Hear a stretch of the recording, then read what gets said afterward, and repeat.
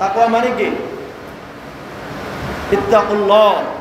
তাকওয়া শব্দের অর্থ হলো বেঁচে থাকা, ফরজগারি অর্জন করা, গুনাহ থেকে বাঁচার নামও হলো তাকওয়া।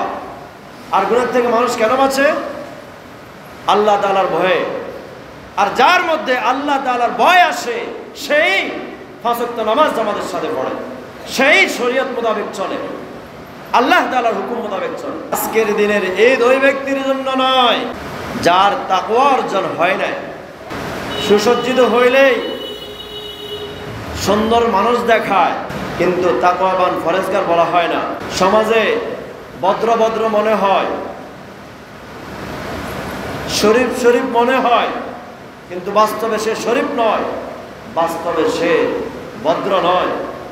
ভদ্র ওই ব্যক্তি, আল্লাহ তাআলা বলেন ইন্না আকরামাকুম ইনদাল্লাহি আতকাকুম। সম্মানিত ওই ব্যক্তি আল্লাহ তাআলার নিকট যে তাকওয়াবান ফরেজগার মুত্তাকি।